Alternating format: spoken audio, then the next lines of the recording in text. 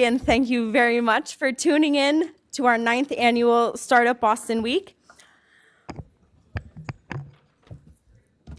Our mission with this conference is simple: to bring together the entire startup community across every industry, department, and funding stage. Startup Boston exists to connect, educate, and celebrate this ecosystem while serving as a trusted, unbiased guide to the best resources that can help you start and scale your startup or your team. My name is Elena Lobianco. I'm a consultant with TriNet, where we assist startups with their HR infrastructure so they can scale confidently and compliantly. I will be your host this afternoon. Before we dive in, I do want to give a huge thank you to Suffolk University for hosting us. Suffolk has generously partnered with us for the past 3 years. They provide this space in kind because of their deep commitment to supporting Boston's startup community. If you're interested in exploring entrepreneurship, they do offer a variety of programs and opportunities. They're tabling upstairs on the 5th floor in the vendor hall, so be sure to stop by their table to learn how they can support your journey or how you might support their entrepreneurial students as well. We have a great panel for you this afternoon. It is Leveling the Field, Building an Inclusive Startup Ecosystem in Boston. I'm going to pass the mic over to... I'm sorry, I'm out of breath. I'm going to pass the mic over to Scott so that we can get started and have a great conversation. Thank you. All right. Thank you for that introduction. So my name is Scott Kirshner. I guess I now have to introduce myself. I'm a columnist for Mass Live, and I'm a contributor to WBUR Morning Edition. And I'm excited to introduce you to these panelists. I feel a little bit like the lighting in here is kind of a police interrogation room, so I'm going to run this just like a police interrogation. We can brighten it up a little bit. Starting all the way from your left, we have Gail Goodman. I didn't do it. Who did, Gail? She is the former CEO of Constant Contact. Oh, thank you. Took that company public. She's on some public company boards like Shopify, which you may have heard of, and she's the board chair of E for All, which we're going to be talking about today. One down, we have Nicole Obi, former vice president at Fidelity Investments down the street, now CEO of the Black Economic Council of Massachusetts. And then to my right, Betty Francisco, CEO of the Boston Impact Initiative, and according to Boston Magazine, one of the most influential people in Boston. So we're all in awe of the Betty aura here. And I think just to make it handy, everybody is sitting as they are on the slide. I wanted to start, we were talking a little bit before this session started. Everybody up here has been on or moderated a lot of panels about inclusivity, diversity, equity. I think in Boston we can still say DEI, we can still say inclusion, nobody's going to stop us. And so we want to make this a little bit different. And what I'd love to do is just kind of hear from a couple people in the room. And if you're watching on Zoom and you want to comment in the chat or post in the chat, like, why are you in this session? There's no food, there's no beverage, there's no swag in this room. Like, why did you come to this session? What do you hope to get out of it? And don't make me cold call you, because I do know some people in the room, and we're at Suffolk Law School, where I assume cold calling is legal. Yes. I actually went to Harvard Law School, and cold calling is not my favorite. And also, my advice to you is when the police are asking you questions, just don't say anything. That's not legal advice. What's your name, just so in case we need to cold call you later? Okay, my name is Chris Folsey. I am here because I'm Black and I care about inclusive ecosystems, but I just want to tell a brief, such a short story. I was at a startup event a couple months ago. I was at a startup event a couple months ago in Boston where a founder who had exited his startup, so he's really proud about it, and he went to Harvard, so he mentioned it a bunch of times like I did. And he said that the most amazing invention prior to AI, or akin to AI, was the cotton gin, and that it freed Black people, which obviously is not true. It prolonged slavery for 7 decades. I found that incredibly inappropriate. There are no Black people in the room. I decided to say something about it. He started screaming. He swore at me, told me there was no way I could have gone to Harvard, and that he was more oppressed than I was. And not a single person in the room said anything in my defense. It was like full of like all of these like movers and shakers in Boston, mostly white scene. And so that's the sort of thing I'm trying to avoid as much as possible. So that's why I'm here. Okay. All right. Thank you for sharing that. Yes. Hi, everybody. Thanks for having me and inviting us to share. So my name is Miriam Rubin. I'm the co-founder of a consulting group called Listen to Your Mothers. The name speaks for itself, but we're focused on working with employers to really refine their structures to better include mothers and make their workforces more attractive and retain them better. And I'm really interested in this balance between like the startup grind and like where mothers fit in, especially considering so many mothers have to leave the workforce because the typical work environment is not working for them. And so we're doing a lot of like contract part-time work and don't always have access to the same investment resources that others, are considered startup. And so I'm just curious about that. And I think it's a big piece of when we talk about inclusion, what that looks like. Yes. Hi, Shay Guholder from Brooklyn, New York, startup founder. I guess in the broad, there are a lot of things that can concern, but there are two things I guess I'm partially optimistic about. I think remote work, I know there's a lot of pushback against it, but it opens the door for more people to have opportunity to do things. And I'm from real estate. There's a sense that what I paid, forgetting my old world, paid for rent in a CBD building, I'm the talent. If I choose to live in a different neighborhood, and you take that money and apply it to the neighborhood where I live, it could have tremendous impact. There are growing parts of the world with great talents. There are growing communities in our cities that are underserved. And if there are ways to spread that, they can allow for inclusion by having economics. And even if it's not the rent part, if I spend more time in my community, I help others and I have more there. I think the second one is AI. I grew up in Guyana. At the time, it was the second poorest country in the Western Hemisphere. Most people I grew up with are in technology today in the Northeast and so on. But internet came along and our parents did things that other parents couldn't do because we were in the middle class there. AI is on every phone. And so there are people in Guyana. Guyana is actually the third richest country today, so it's a different place today. But there are people in poorer countries that have access to AI. Mm-hmm. And they're building, they're not as same as MIT, but they're much closer than they were pre-other technologies. I know there's a lot of negatives still, but my point, I hope some hope that if we figure out some of the other things, there'll be some success we can look back at. All right. Thank you for that. Can we get somebody over on this side of the room or in the back to just share, like, why are you in this session or what do you hope to get out of this session? And then we'll get things rolling. Yeah, the A student row.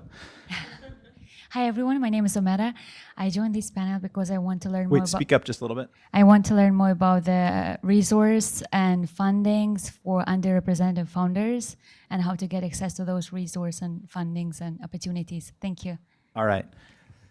Great. So my goal is I want this to be a different kind of discussion. Gail says she has a can of something that she's ready to open. I don't know if it's provocative statements, whoop ass, what's in the can, but I think we're going to find out. But look, I mean, I think our goal, and I think Startup Boston Week's goal in having this session is to try to move the needle here in Boston. I would say it is kind of a fact that when you look at a lot of startup events that happen throughout the course of the year and meetups and, you go to the generative AI meetup, there's a lot of white college students that are super excited about new technology and startups, and most of them are male. And so I think we have a lot of everybody who organizes these events and conferences would love for them to be more diverse, but they kind of don't know what the mechanism is. I would love to maybe start off. Well, Gail, first, why don't you just open up the can of whatever it is to start things off? I know I can count on you. Warm up a little bit. Maybe talk about the problem before we. Okay, well, yeah, let's basically say like what is in a perfect world, like what is the goal that we're working towards, or what is the problem? Pick your lens to look at it through. Nicole, do you want to go first? No. Okay. I'll sure. I can start if you want to. You go first. You want me to start? All right. So, well, there's lots of problems, right? So and I want to start with the premise that at events like this, we're talking about different ecosystems. I'm assuming this one is very much focused on the innovation economy, right? Given the speakers, given the panels and the topics, the innovation economy, right, is what's driving Massachusetts, but it's mostly oriented to tech, life sciences, pharma, maybe some manufacturing, not so much oriented to the everyday Main Street small business. So that's another ecosystem which has different resources. And oftentimes the innovation economy and small business ecosystem resources, capital, connections don't cross over, right? So let's just name that. That is one of the first problems. We also are living in a state and a city that has some of the best, most incredible resources for businesses in the country. We do. We have tons of capital here, but it doesn't reach the founders that we are talking about here today. Call them underrepresented, call them overlooked. They're the folks that, in my world, are building amazing businesses that are trying to make an impact in the world, right? They're doing things that are new, different, not always in the innovation economy, right? They may not be building a huge tech company, but they're providing a service, a product that is meeting the needs of their community. That's what I care most about. So if that's your jam, that's what you want to talk about, we can go down that rabbit hole. There's lots of problems, as we've talked about, but the biggest one that we see is access to capital and connections, right? So let's name that, right? It is very difficult to raise money in Boston, no matter what kind of business owner you are, if you are not a white male, right, from MIT or Harvard. So how do you tackle this problem? We won't get to the solutions yet, but that is the biggest issue that I see. And part of it is that many businesses don't know where to start. They're like, where do I even get capital? How do I fund my business? How do I, begin to just even establish my product market fit? Like, where do I go? How do I do that? What resources exist? So we'll get into that. The second is a lot of the founders that we work with do not have access to resources or capital or connections or networks. Many of them are coming from, right, under lower income backgrounds. Maybe they didn't even grow up in this country. And so they don't know where to start. And part of the role we play is helping you connect. So we are the ultra connector, right? The one that's trying to figure out how do we triage resources to get you to the right starting point. So I would say those are two big chunky issue topics we can talk about, like the capital access gap, the resource access gap, and then just the fact that we do have a bifurcated set of resources here. And so how do we deal with that? So that is how I would frame Well, it's such a good this a framing. bit. I'm Right. not sure I have a lot to add, but I'll throw a few stats out just to level us all. And I just love this particular one. If American business ownership looked like American diversity, we would have 2 million more businesses, 20 million more jobs, and 4 trillion added to the annual GDP. But it doesn't, right? The BIPOC population is 40% of the population, 20% of business owners. A black business owner has 10 times the wealth of a black non-business owner. And we're also sitting in a city that has one of the biggest income inequality gaps in the country. And so I'm just problem statementing. You guys probably knew most of this, but this is really the core of the issue. And I think Betty really framed it right. It is about, where do I start? How do, it's funny. I was a white woman starting a tech startup, and I had trouble raising money. And I went to top schools, so I at least had people to call and beg, right, for connections.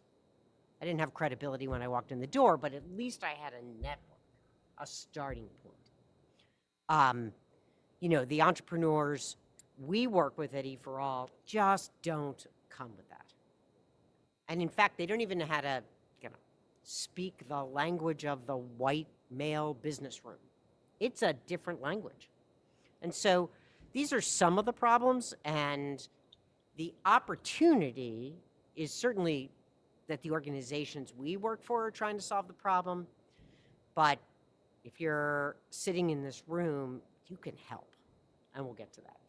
And Gail, what interests me about the organization that you're chair of, E for All, is you're focused on kind of population number 2 that Betty mentioned, right? Like not the sort of venture-backed biotech or tech or robotics startup, but every other kind of business that someone might want to start, right? And, again, I feel like I might be saying things you all know, but small, so first of all, I will say we do get some scalable tech startups who don't know where to start. So often they start with us. We've graduated people into Mass Challenge, and from Mass Challenge into venture funding. But they wouldn't have gotten into Mass Challenge if they didn't E for All first, right? Which gave them the framework and the language and the mentoring, because we all need mentors. But I will say the great thing, and I didn't catch your name, about small business owners is, first of all, they create jobs in communities, right? 65% of the net new jobs in America are created by small business owners. Those jobs are unlikely to be automated or AI'd tomorrow, maybe eventually, but not tomorrow. And when you have a diverse business owner, they hire from their community. And so those jobs will go, if they're Dominican, they're hiring Dominicans, right? It goes, if they're Ghanaian, they're gonna hire their Cape Verdean, right? So, and then those business owners take tremendous pride and begin to be leaders in their community. They insist on the systemic change necessary to raise their communities up. So there's just a lot of advantages of starting by building an economy, and then it helps you solve other problems. Nicole, you ready to hop in? Yeah, sure. I agree with everything that Betty and Gail said. One thing that I would add is that while we could spend a lot of time talking about all the things that we need to do to support these diverse entrepreneurs, at the end of the day, if buyers aren't buying, right, because we can't grant businesses into success and sustainability. So, and there's nothing inherently wrong with our firms. A lot of times they're just small or they're new. But if we don't address buyers who might not be buying and what's going on there, then I don't think we're not gonna get very far. So a big part of the work that we do at BECMA is, yes, pouring into business and helping and supporting and advocating and trying to change policies, of course, but then we also have to get public and private buyers to buy at the end of the day. Okay, so you're really talking about like the business fundamentals of like there needs to be that product or service that has a fit to the market or has demand Or that people want. in the market. Absolutely. Yeah. Well, I'm saying that, but I'm also saying that we have to get buyers to buy. And how do we pour energy and an effort and measure progress towards buyers buying? And a good example of that is back in 2021, BECMA, Amplify. The city of Boston. Yeah, we sued the city of Boston because over a 5-year period, the city had spent less than 1% on buying from Black and brown entrepreneurs in a 5-year period, right? And by the time a new mayor came into office, it had gotten up to 5% of spend. This new mayor, Mayor Wu, came in at that 5%. Now it's 14%. That's what I'm really talking about, is that the businesses are here, but if nobody's buying from them, it doesn't really matter all the things that we're doing. So yes, we need the capital. Yes, we need the resources. We need to support these entrepreneurs and create networks for them.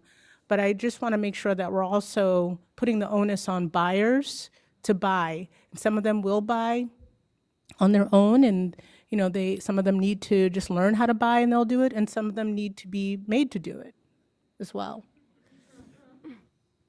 Are there other places that you're trying to exert that leverage beyond the city of Boston? I mean, I guess there are other, there's state agencies, there's other cities, but maybe are there you focused on universities or other big buyers of Well, stuff?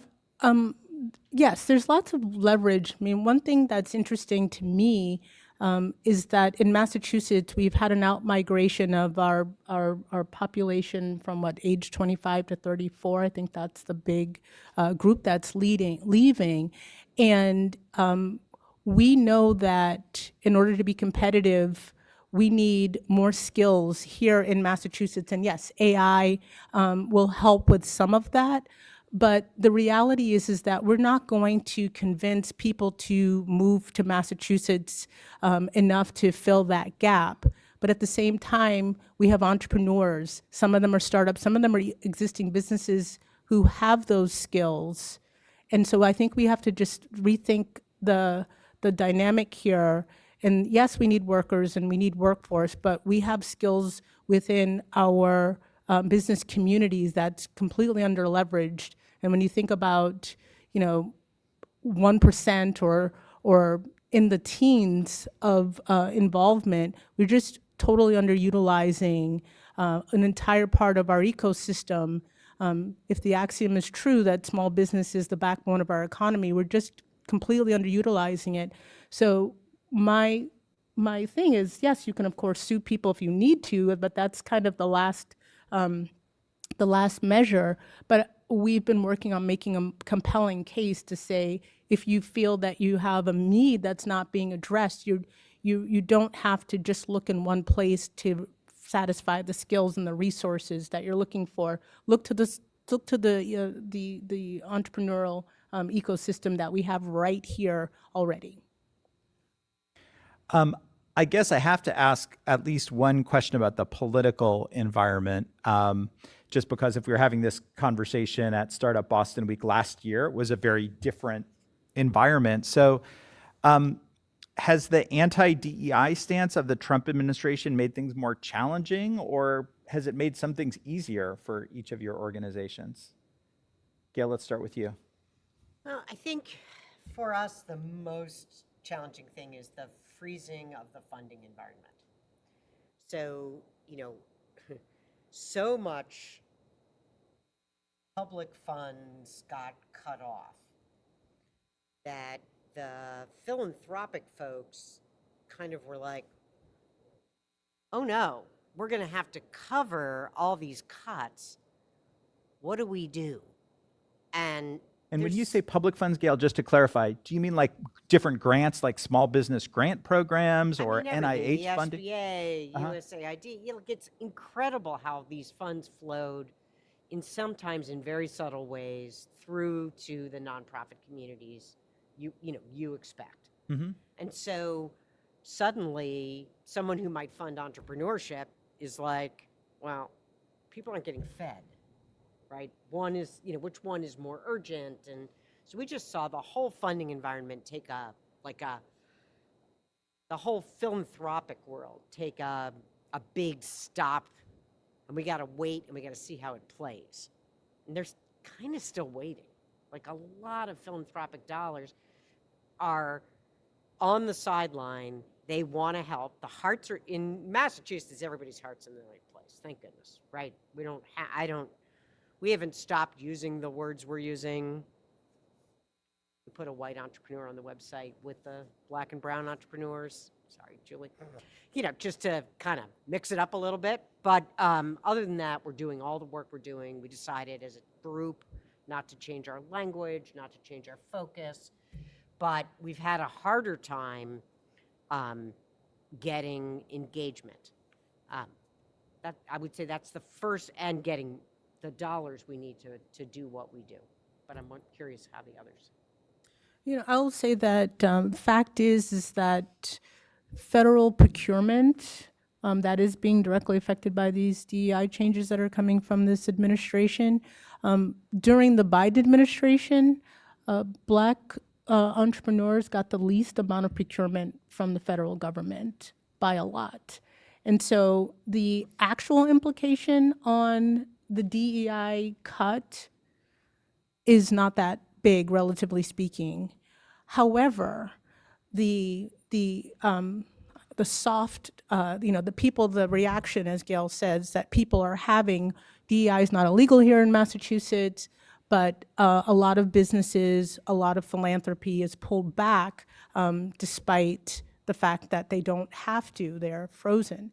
But it's bigger than that because it's not just DEI, it's the immigration raids, it's the tariffs, it's just the fear of recession. It's all in the soup of having serious negative implications for diverse and frankly everybody, but under-resourced entrepreneurs in particular. Yeah, I mean, I would just add we are now a community development finance institution, what we call a CDFI, which means that we are somewhat regulated by the federal government. You know, the reason we got certified was to tap into federal funds for investing activity. And that is likely not going to be a source of capital for us, given that it comes with making certifications like we don't discriminate, we don't have DEI policies, right, that this administration believes are illegal. And so we don't want that money, right? Well, we can raise other private funding. The backlash against DEI started before this administration, right? So if you remember, it really is more rooted in the Harvard-UNC case around affirmative action in higher ed, right? That gave fodder for the right wing to start to fight against almost every kind of DEI program, from a workplace diversity program to bring more, talent of color, to programs around procurement, right? That we're aiming to get more contracts for businesses owned by women and minority certified institutions, and that all has been challenged. Some of it has succeeded, and some of it hasn't. Right? It's still in place. I think the larger implication is the absence of, I think, a really strong, large business community outrage to say this is not okay, right? Because inside many companies and many institutions, they're still trying to figure out how do we continue to do inclusion work, belonging work, because they realize it actually is better for business. It's a strategic imperative. It's the way we're going to reach untapped markets, cultural markets that are actually quite large, right? And so business folks are not stupid, right? They're going to figure out another way to do it. They may not talk about it so outwardly. They're going to use different words. So I think that it's more of the existential threat to the work, and making sure that we are using every avenue and method, a lot of it is legal, right, to fight back against the backlash. Because we want to do this work, we don't want to be threatened, and we want to invest the way we feel is appropriate to invest, right? And so that, to us as investors, that is the biggest threat. Like, I don't want anyone to tell me that I can't invest in Black and brown people, or I can't invest in women, right? So we're trying to address that. The last thing I'll say is on the flow of capital, right? Yes, it has pulled back a bit, but there are funders out there that are desperate to put money into the things that they believe are going to sustain this work. So some of it is just funneling to essential services, but also to democracy, to other efforts that are about preserving the way we do things today. So we also have to find a different angle to talk about the work. And can I just jump in and say, myth busting, going back to the notion of buyers buying, needing to buy. So if you're a company and you get federal funds and you're concerned about the DEI regulation at this point, you can still buy from diverse entrepreneurs outside of your supplier diversity program. You just buy it, Right. buy it from where you buy everything else. It doesn't have to be through a program that's called that. So just trying to help out.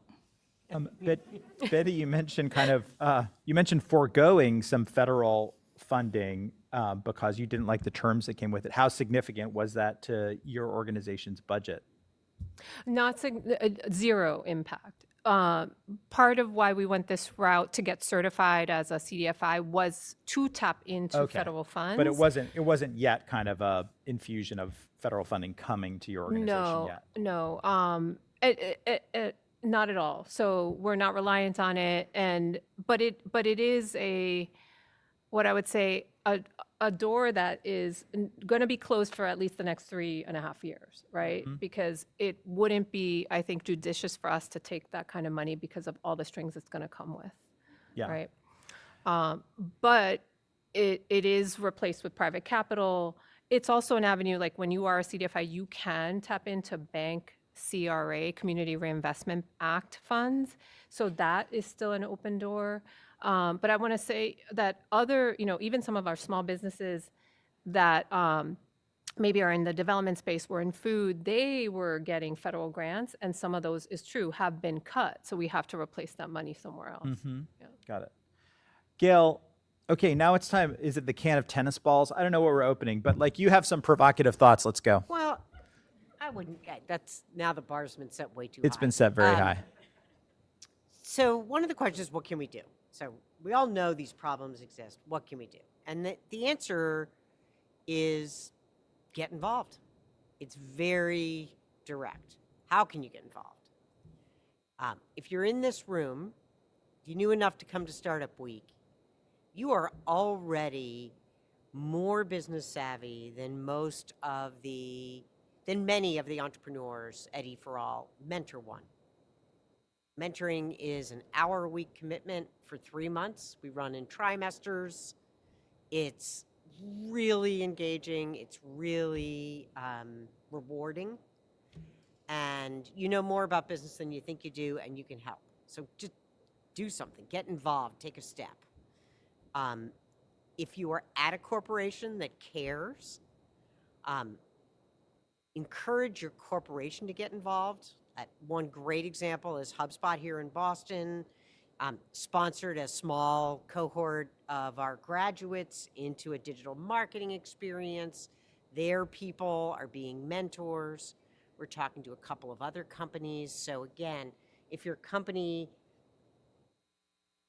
almost all companies have some sort of community engagement and involvement program. It usually ends up being something, useful, like cleaning a park, but doesn't use the skills of your employees. Your employees have business skills. They could be helping businesses in the community. E4All, and I'm sure the other two organizations sitting here, have mentoring programs where we would love to come talk to your employee base and see who want, much like you could be a big brother or a big sister, you can be an E4All business mentor. And it uses the skills you have, and we'd love to do that. So introduce us to we'll do all the work of talking to the company, just introduce us. And then, if you know somebody who's philanthropic, sponsor an entrepreneur. It takes $10,000 for E4All to bring an entrepreneur to business. I'm not embarrassed to say we need money, as every nonprofit does. So get involved. Talk to people who can afford to get involved if it's not you, right? Shockingly, the Boston venture community is not the most philanthropic community you're ever going to meet. Shame on them, right? So talk to you're probably still trying to raise money, so maybe you don't want to talk to them now, but later, after you've made them some money, push them to give back, right? Talk. Don't sit quietly. Talk. That's my starting point. What call to action would you have, Nicole? And buy. I know her call to action.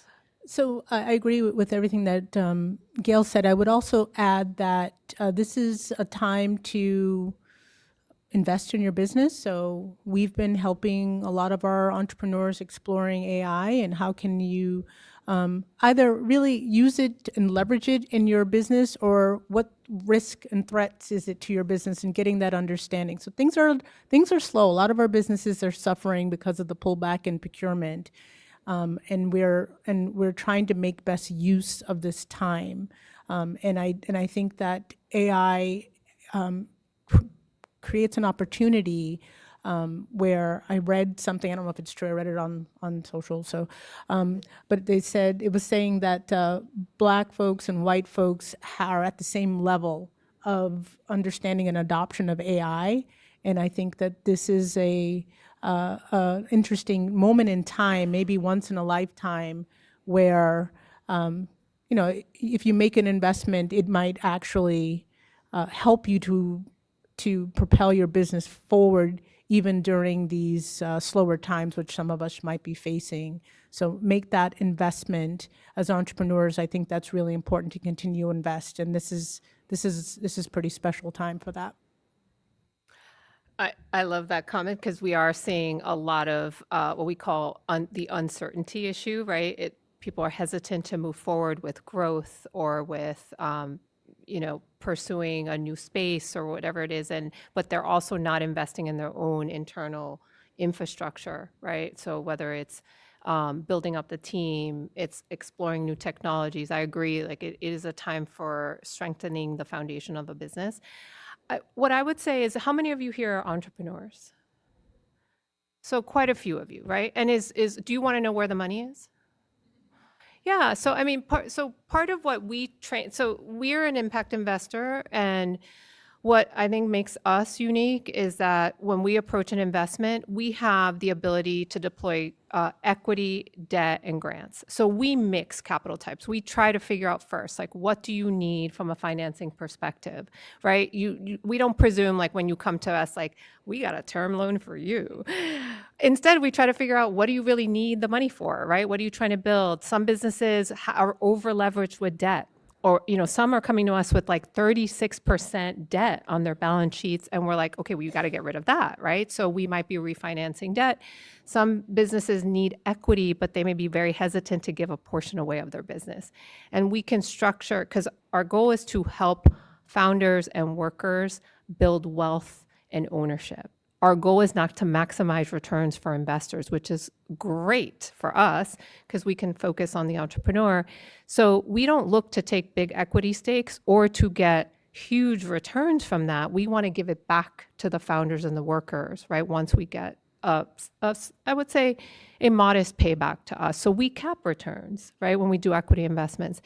So we have this benefit of being able to structure finance the way we think best meets the entrepreneur needs, help connect them to other capital. So the other door to open is to other investors, especially impact investors. And what that means is you got to think about your business in a way. For us to invest, it has to have some resonance around impact, social impact, environmental impact, right?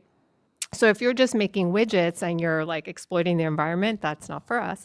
But if you really care about building a business that is going to advance some kind of climate resilience or build worker ownership, let's say, or power in communities, or you have a business addressing unmet needs, right, in a community. It could even be around health, like healthcare, care economy, education.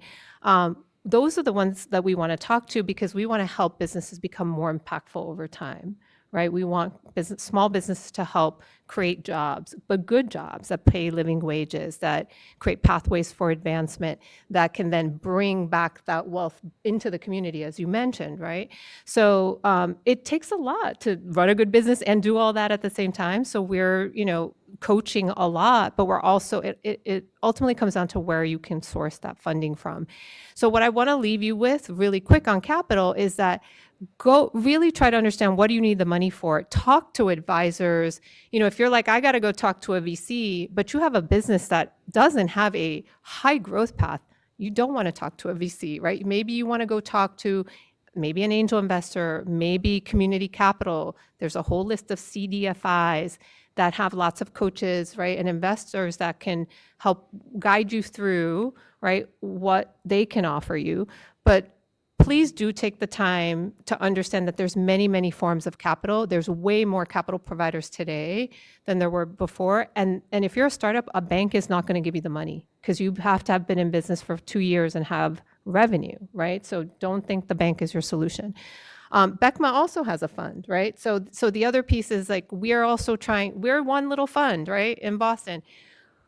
We think that in order to scale capital to small businesses, we have to have many, many, many, many funds out there with allocators that look like us, that are women, people of color, because we understand the needs of small businesses in our communities. So if you have any money, and you don't have to have a lot of money, please consider becoming an investor also. Putting money into these community-based funds, crowdfunding, supporting a business on a crowdfunding campaign that you love. So do it all, right? But please, capital is so important, and understand that there's such a breadth of it, right? And it's not just the VC and bank.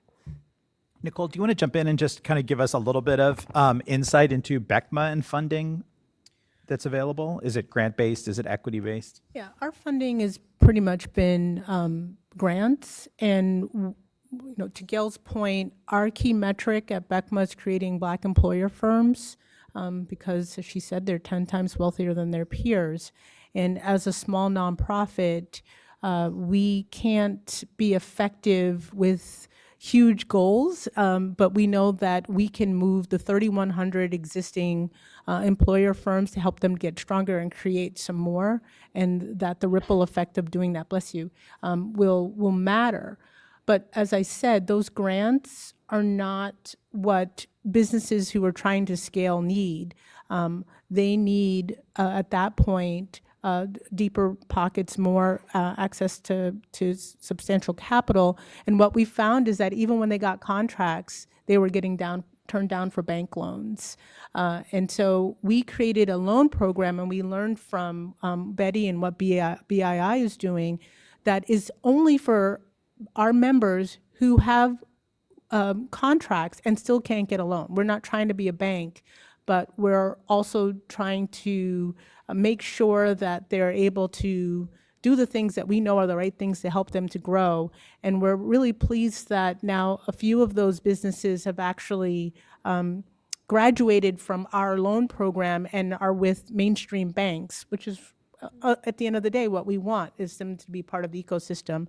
But they haven't been able to secure funding. Can I just add something on a different point really quickly? I know that there are some entrepreneurs in here, and startups are great, and I'm all for it. I've done a couple of startups myself. But we are also in a moment where I would also look at opportunities to grow through acquisition.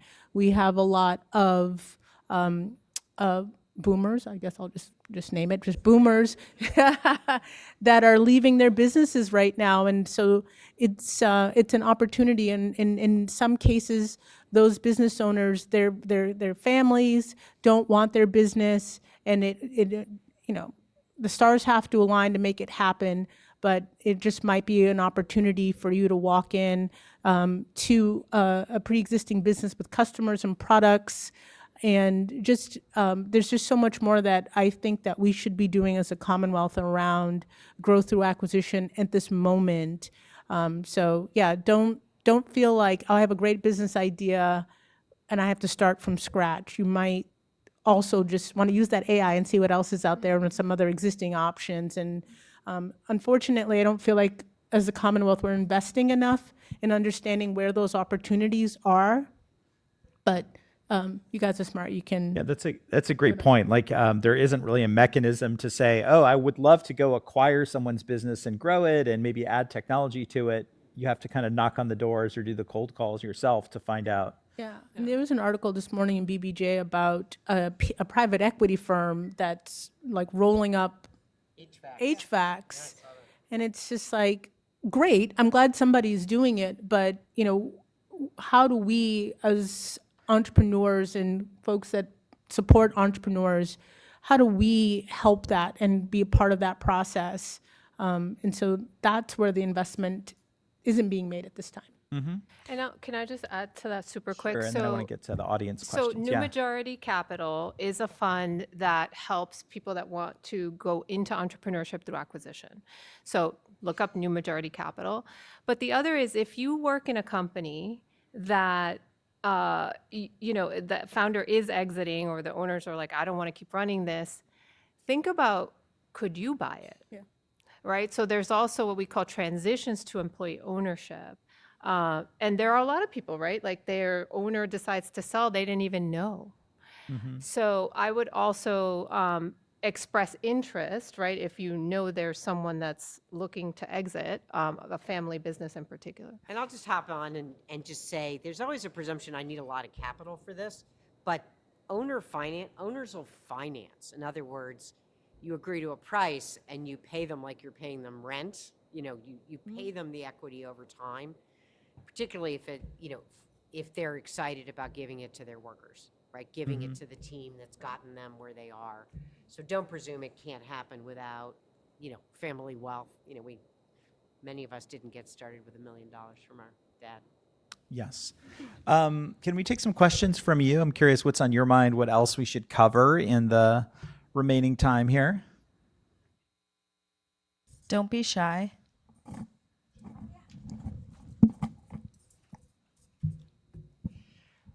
Thank you so much. The question I have is, I have been practicing using my voice to speak up for what I'm doing that feels heretical in the world, and you all have very strong voices. So I'm curious where and how you practiced using your voice so that more of us that you're calling into action can do the same with more conviction, because I feel that there's not always a lot of safe spaces to practice getting stronger and stronger in your voice. When you say voice, you mean your opinion? Yeah, just speaking up. Sorry, speaking up for what feels true for me and that conviction and that passion that you all exhibit. In my opinion, yes, but yeah.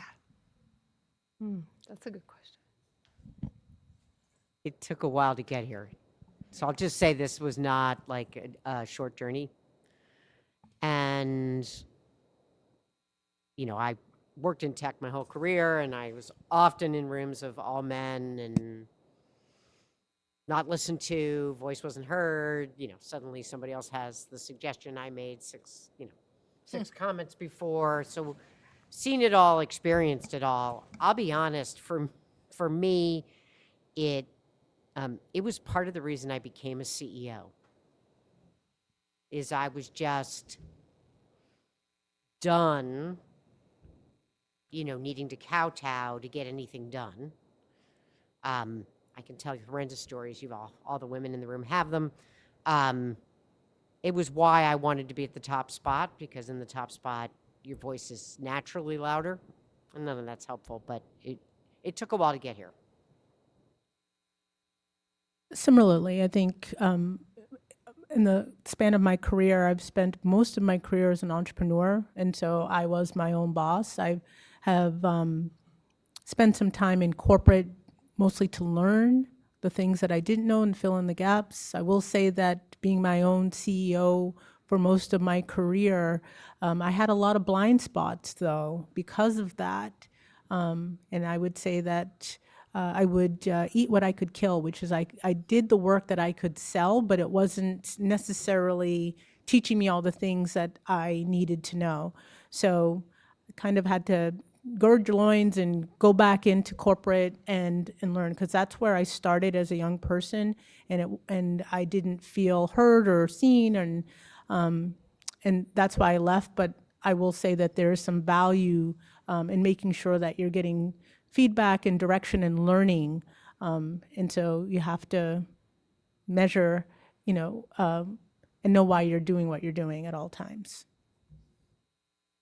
Do you have a take on that, Betty, or should we bring in other questions? I almost didn't know any better.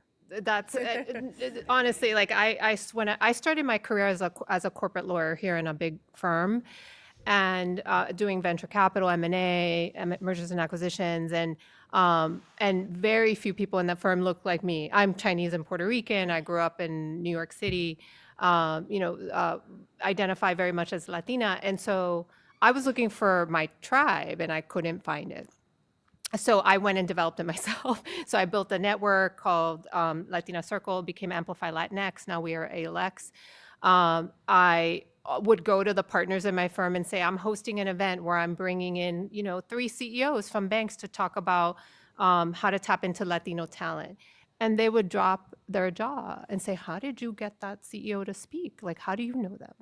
I'm like, because I'm putting an event together. And so what I felt like, I started to build up my own influence through convening, through speaking about topics I cared about, bringing people together, and then realizing like, oh wow, we got a lot of issues. Like we got a lot of, challenges. Like let's bring those up and surface them and try to find solutions together. So that it kind of just came from being an advocate, honestly, for the community I cared about.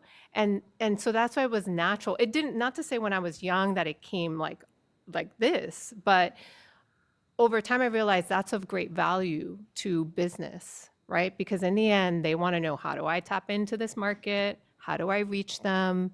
Right? So when Bank of America has a branch in a Latino community, they need people that speak Spanish. They need people that know the culture. That's a new market, right? So they want to know, how do I find the talent? And we became like brokers for that, right? Are there other questions? Someone has a mic back there. Yes. Yes, hi. Terrific panel, thank you. Shannon Bean, principal with CEI Ventures. I'm an impact venture capital firm that's been around for 31 years. Also have historical funds that are CDFIs, and our nonprofit CEI is a CDFI. My question is, how do we collaborate better together so we're able to, spread our impact more nationally, but also get more of the mainstream interested in our space? Coastal Enterprises? I'm sorry? Are you CEI Coastal Enterprises or? Sorry, Yes. which? Yes. Yes. So we have, I think, one overlapping investment with you. I can't remember which one it is off the top of my head, but part of what we are doing is co-investing with other CDFIs right now. One, because we can't provide enough capital to one business. A business may be raising $1 million, but our cap is $500,000, right? So we need to bring other investors in. It helps de-risk, right, that investment. So I think it's more like sharing transactions, right? Bringing up difficult ones.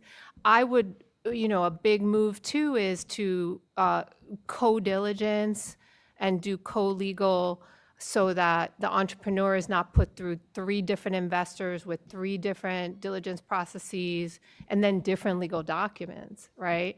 So they're, with Nectar Community Investments, Leaf, BECMA, we're all like trying to figure out a couple of pilot investments where we can try this, where we're diligencing together, have legal documents together. One of us is the administrative agent for the deal. But it takes, I will tell you, like, conversation after, like, it's been a couple years of collaboration. So tell me after this, like, who's the best person to connect to our investment manager? Great. I'd love to maybe end either with like a tip or a resource that we haven't yet mentioned, because there was a question at the beginning about like, okay, what are some of the resources that can support this group of entrepreneurs? So it could be programs, events, sources of capital that we haven't mentioned. Gail, go ahead. Yeah, I don't have sources of capital off the top of my head. But I will just make sure everyone's aware of just E4All, eforall.org. You can be anywhere in the country now. We are a national platform. And it is a startup accelerator. It's in English and Spanish. It's completely free. There's no equity overhang. There are some grants at the end, small, but grants available. But you will come through with, just real clear who's the target customer, product market fit, everything you need to pitch investors will be better at the end. So if you're just really early, check out eforall.org. It's a great program. I would say that my biggest tip is don't go it alone. I think we heard different variations of that concept. So network, ask for help, mentor. I don't know too many entrepreneurs that have been successful in just doing it all by themselves. So you get no trophy for, suffering and gutting it out. And as we just heard, there are opportunities to collaborate. There was a question here earlier about mothers in the workforce. We have a member, Mom's Hierarchy of Needs. They're doing something very similar. Are they a competitor? Maybe, but maybe there's somebody you can collaborate with as well. So definitely, keep that in mind. And then I will say that part of your networking, you're all welcome to come out to our Mass Black Expo on October 3rd. Yes, that's a great event. So I started a business in 2015, and after a long career as a lawyer, and as networked as I thought I was, I actually didn't know where to go. I didn't know where to start. So I went to lots of things. So I went to Harvard Innovation Labs. I went to Mass Challenges events. I went to City of Boston would put on convenings, the co-working spaces like CIC, WeWork maybe, right? But there's all of these resources here, and you can find them all on either the state's website called Business Open Door, right? Or the Treasury, or the Business Front Door. The Mass Treasurer's Office also has a whole list of resources. So just start to plug in, even at this event. I'm sure there's tons of organizations here, and just start with one resource event. As the Small Business Administration puts gatherings together too, and figure out where do you feel like you have your community. If you have something more industry specific, like you're in clean energy, there are specific programs for that, like Greentown Labs, right? Or Mass CC has a ton of programs. So find like the right niche to go into based on the type of business that you're building. But I would say it takes a few attempts, right, to figure out what is the best community for you. And then the thing that I found the most useful was going through some sort of accelerator. I went to the Babson Win Lab for women entrepreneurs, but it could be for all. It could be Mass Challenge. There's many, many accelerator programs because they build your community. They connect you to investors and to resources. All right, fantastic. I want to mention just one programming note because in addition to moderating this panel at 5:30, I'm helping to host a scavenger hunt, sort of team-based scavenger hunt activity that's going to start in the lobby. There will be networking involved. It ends with drinks over at Scholars. So if you want to get out of the building, I'll just mention that starts at 5:30 in the lobby. But for now, I want to say thanks for all the great questions, and please help me thank these three amazing speakers.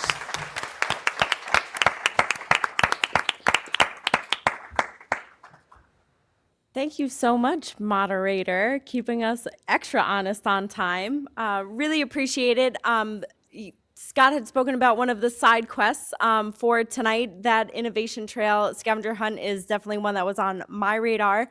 It's going to be a lot of fun, but we do have other events happening throughout the city tonight, and we do still have a lot more in store tomorrow. Startup Boston Week is not quite over yet. If you did not want to break boundaries and you wanted to stay on site, we do have the Massachusetts Climate Tech Studio Finale Showcase happening this evening right here. I know that you guys do want to mingle after the event. The only thing that I ask, please do not do it in this room.